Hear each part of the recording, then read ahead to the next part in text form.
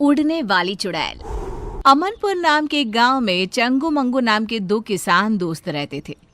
दोनों का आपस में बहुत प्यार था। रोज की ही तरह आज भी दोनों एक साथ अपने खेत की ओर जा रहे होते हैं।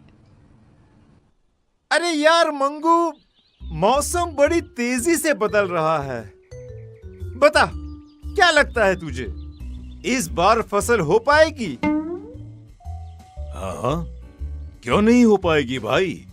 मेरे पास तो फर्टिलिक्स है, मैं शहर से लाया हूँ।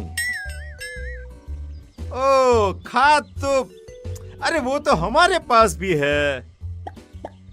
सब गुड़ गोबर कर देता है तू, ये शहर में मिलता है। अरे तू कहाँ से पाएगा, बहुत महंगा मिलता है ये। दिखा दी ना अपनी औकात। मंगू, आखिर हमारे बीच पैसा आ ही गया। अरे नहीं चाहिए मुझे तेरे जैसा दोस्त जो हमेशा मुझे नीचे दिखाना चाहता है। अरे चंगू, पर मैंने कब तुझे नीचे दिखाया? अरे मैं तो सच्चाई कह रहा हूँ। गांव के बीचों बीच दोनों बुरी तरह लड़ पड़ते हैं। कुछ ही देर में बोला चाली हाथापाई में बदल जाती है। गांव के कुछ लोग आकर उन्हें छुड़वाते हैं और अपने अपने काम पर जाने को कहते हैं। शाम को मंगू तो अपने घर लौट आता है, पर चंगू नहीं आता। अभी तक ये घर नहीं आए। इतनी देर तो ये कभी नहीं करते। भगवान ना करे इन्हें कुछ हो तो नहीं गया ना। मंगू भाई साहब के घर जाकर पता करती हूँ। रास्ते में ही उसे सुबह चंगू मंगू के बीच हुए झगड़े के बारे में पता चलता है। मतलब मंगू भाई साहब ने ही किया है ये सब। ऐसा बदला लिया कि मेरे सुहाग को ही गायब कर दिया। विमला गुस्से में सोनम के पास जाती है और कहती है, कहाँ है सोनम, बाहर निकल। बता मेरे चंगू जी कहाँ है? क्या किया है आप लोगों ने उनके साथ? तभी उन सबके सामने अपने हाथ में चंगू को उठाए एक चुड़ैल हवा में उड़ती हुई आती है। मरोगे, सब मरोगे।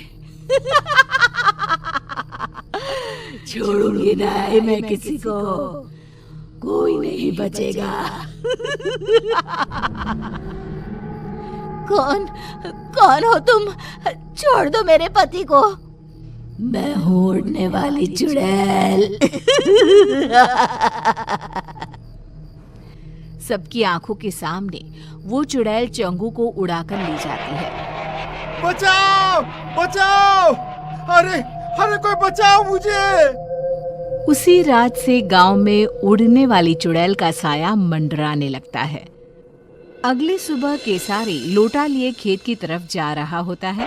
तभी चुड़ैल उड़ती हुई आती है और उसे हवा में उड़ाकर ले जाती है।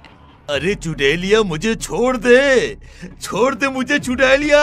अरे चाहिए तो मेरा ये लोटा ले ले। तेरे लोटे का मैं क्या करूंगी? मुझे जो तेरी चर्बी चाहिए, चर्बी।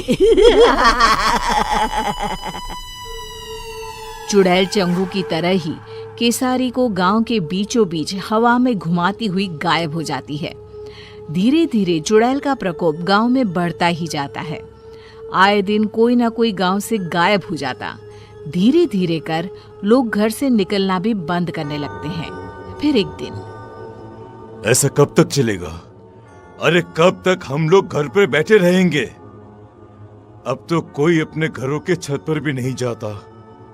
इस चुड़ैल से छुटकारा पाने का कोई ना कोई रास्ता तो निकालना ही पड़ेगा।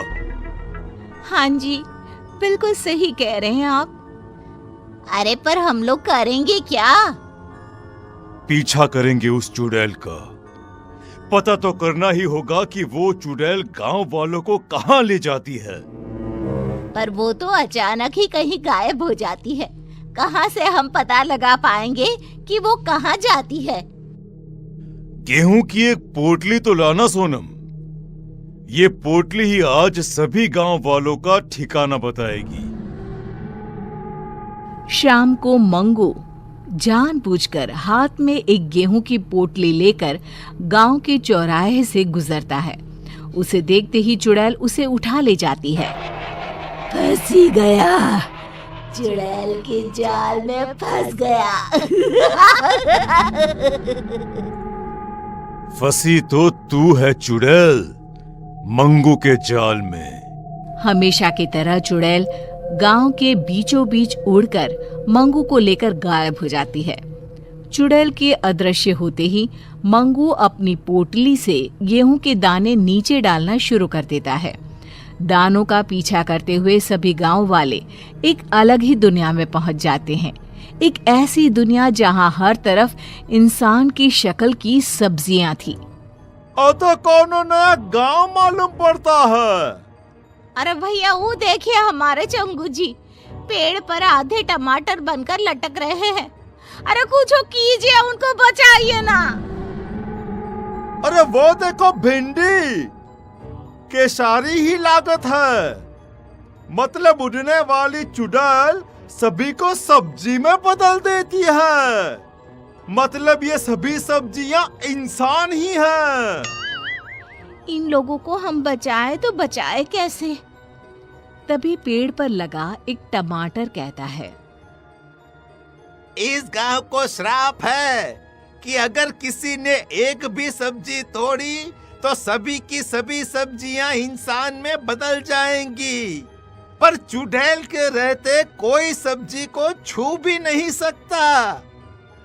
अरे वो आती ही होगी, तुम लोग भी कहीं छुप जाओ, जाओ जल्दी।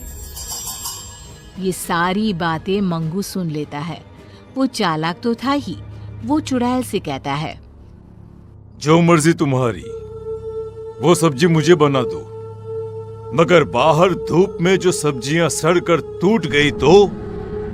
मेरी सब्जियां टूट नहीं सकती, उन्हें ताजा रहना होगा। तो किसी को सब्जियों को पानी देने के लिए क्यों नहीं रख लेती? हाँ, ये सही रहेगा, पर ये काम करेगा कौन? हाँ, वैसे तो मुझे मटर बनना था, पर ये काम भी चलेगा। जाओ चुड़ैल, तुम आराम करो, तब तक मैं सब्जियों को पानी दे आता हूँ। मंगू बाहर जाता है और सब्जियों को पानी देने के बहाने एक सब्जी तोड़ लेता है। जैसे ही वो सब्जी तोड़ता है, जादुई नगरी खत्म हो जाती है। सभी सब्जियां इंसानों में बदल जाती है। तभी वहां भागती हुई एक खूबसूरत लड़की आती है। मैं एक श्रापित राजकुमारी थी। जब तक कोई छुपकर सब्जी नहीं तोड़ता, मैं आजाद नहीं हो सकती थी। तो मुझे बताओ, तुमने कभी किसी को सब्जी तोड़ने क्यों नहीं दी? ये श्राप था ही ऐसा। मुझे सभी को सब्जी तोड़ने से रोकना था। बाकी मुझे कुछ भी याद नहीं था। श्राप ने मेरी बुद्धि ले ली थी। पर आज जब मंगू ने हिम्मत दिखाई और सब्जी तोड़ी, तो सभी के साथ मैं भी मुक्त हो गई। मंगू की समझदारी सभी को बचा लेती है। सभी लोग वापस गांव आ जाते हैं। चंगू मंगू फिर से अच्छे दोस्त बन जाते हैं।